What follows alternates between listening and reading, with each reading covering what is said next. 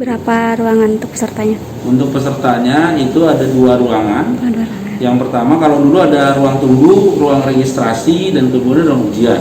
Kalau sekarang ruang tunggu dan ruang registrasi di dalam satu ruangan, dan itu karena registrasi dan ujian maka itu menjadi lebih panjang.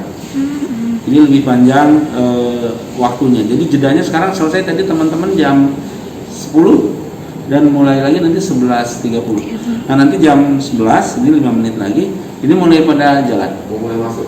Ya nanti ada yang termogan. Pak, kalau untuk di ruangan tes itu ada berapa CCTV untuk memantau gitu, Pak? Pertama mereka kan dari layarnya sendiri, dari masing-masing komputernya ada. Dan itu kita tidak tahu di pusat jam berapa saja, menit ke berapa saja mereka akan mengambil gambar. Nah kalau CCTV yang ini kan kita keseluruhan hanya 2 saja kan. Per ruangannya? Ya, ruangan. Sudah terpisah.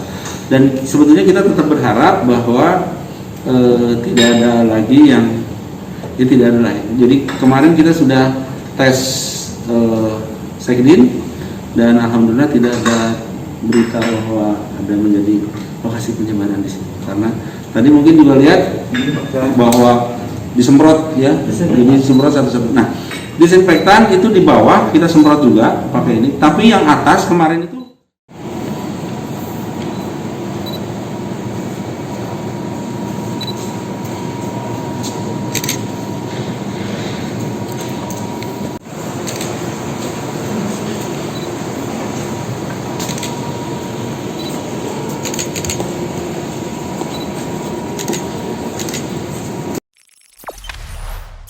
Jangan lupa subscribe, share, komen, dan like ya.